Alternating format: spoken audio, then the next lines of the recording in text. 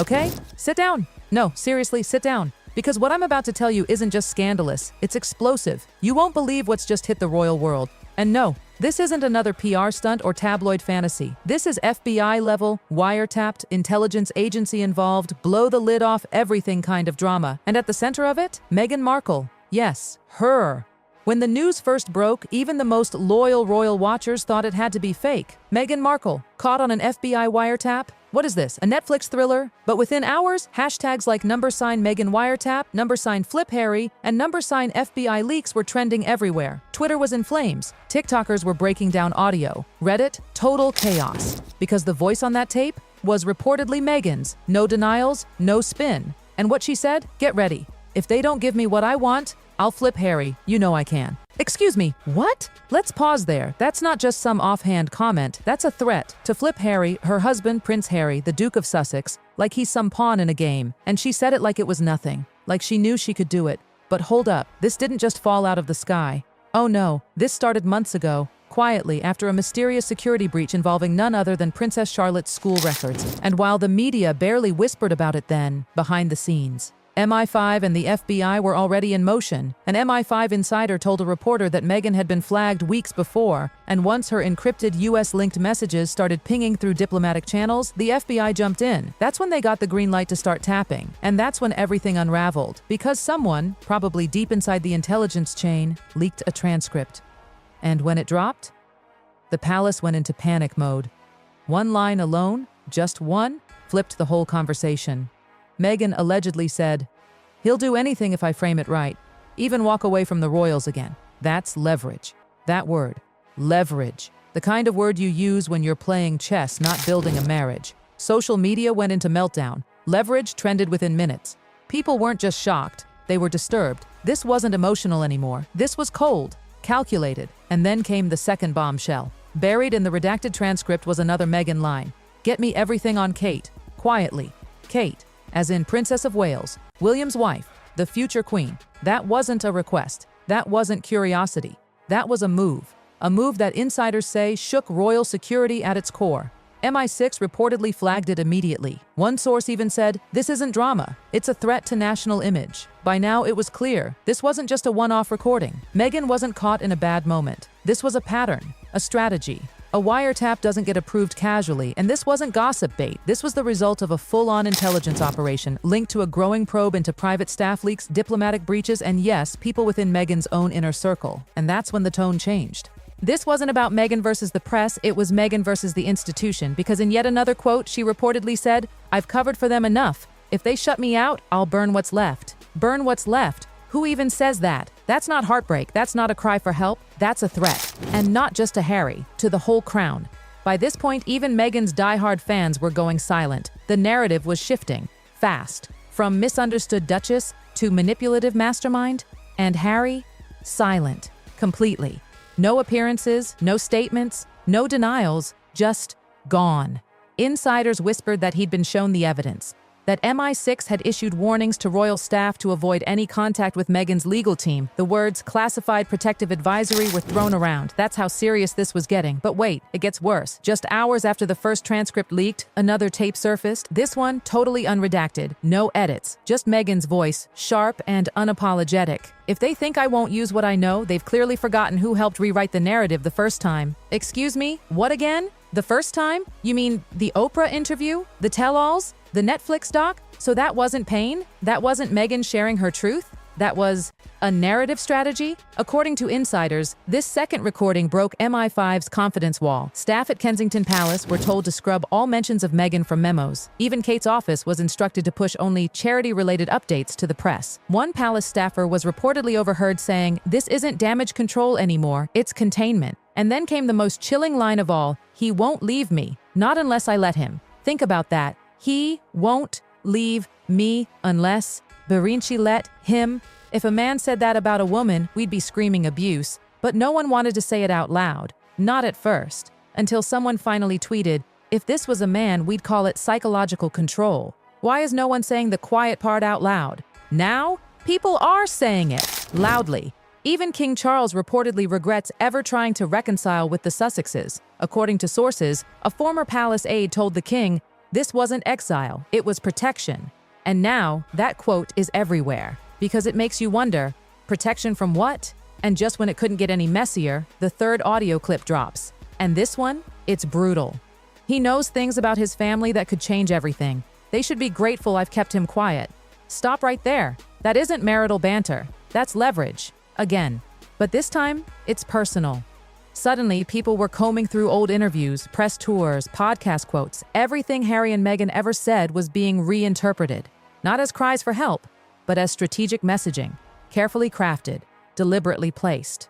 And behind the scenes, Parliament was on fire. Officials were briefed privately. A senior figure reportedly said, "This is no longer about a former royal. It's about national integrity and classified knowledge." Think about that. We've gone from royal gossip to national security. And just as this was being whispered behind closed doors, CNN dropped their headline bomb. FBI surveillance on Meghan Markle raises alarming questions, like, who authorized this tap? How long were they watching her? And more terrifyingly, was Harry in on it? Because here's where it really turns. A former palace insider posted anonymously, "There's a reason Meghan obsessed over access. It wasn't PR. It was leverage. She wanted to know what the royals knew and how to use it." And then came the fourth audio leak, arguably the darkest yet. "He's more valuable broken than loyal. If they don't understand that, they never understood who I am." People lost it. That line shattered whatever sympathy was left. More valuable, broken. This wasn't about pain. This wasn't about healing. This was a chess game. And Harry, he was the queen's pawn. The moment that fourth leak,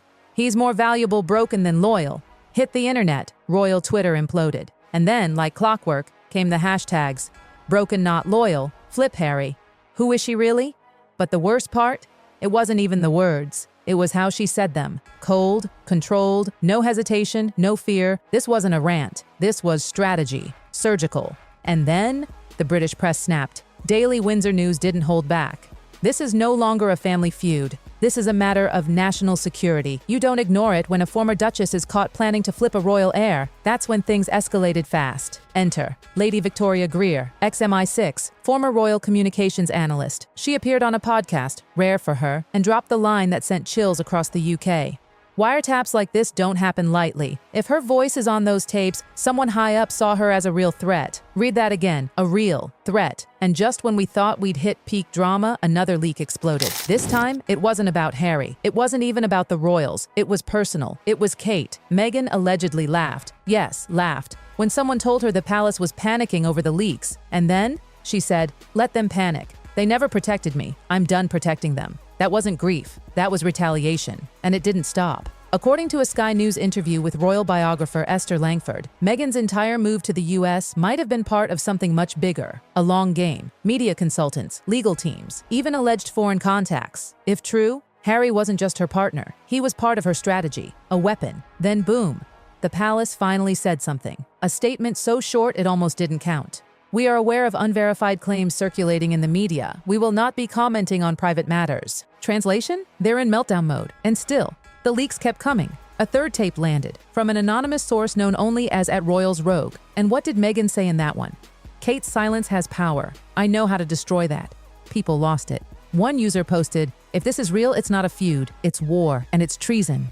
The palace's PR team couldn't even respond. This wasn't something you could spin. It was too malicious, too specific, too deliberate. By dawn, MI5's press line was getting swarmed. Still no denials. But inside Parliament, they weren't staying quiet. A royal security meeting was held behind closed doors.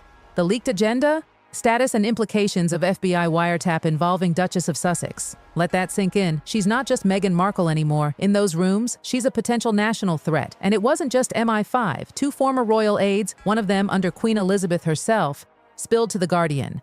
According to them, Meghan had already been flagged months ago for erratic communications, encrypted calls, burner phones, quiet contacts with anti-palace reporters. You can't make this up. One tweet nailed it. They should have listened when she said she'd burn it all down. This wasn't rebellion. This was espionage in heels. It was chaos. And royal commentator James Alcott put it bluntly on ITV. If even half these recordings are real, Harry wasn't just manipulated. He was targeted in a long-term play. The Crown has to decide, is Meghan a rogue royal or a national threat? Across the Atlantic, the US media was eating this up. Primetime specials, panel debates, headlines like FBI tapes shake royals. You want to protect Kate? Watch what I do when I'm not protected? Played over and over. And then came the twist no one saw coming. A leaked note, straight from the Prime Minister's office, revealed something shocking. The UK's Royal Protection Command was ordered to audit Meghan's digital access, meaning someone is seriously looking into what she might have taken with her when she left. Sensitive emails, royal briefings, diplomatic exchanges. If she has them, if she used them, this goes beyond scandal. This goes tribunal. Even her loudest defenders started going silent. And Harry? Still nothing. Not a word, not a post, just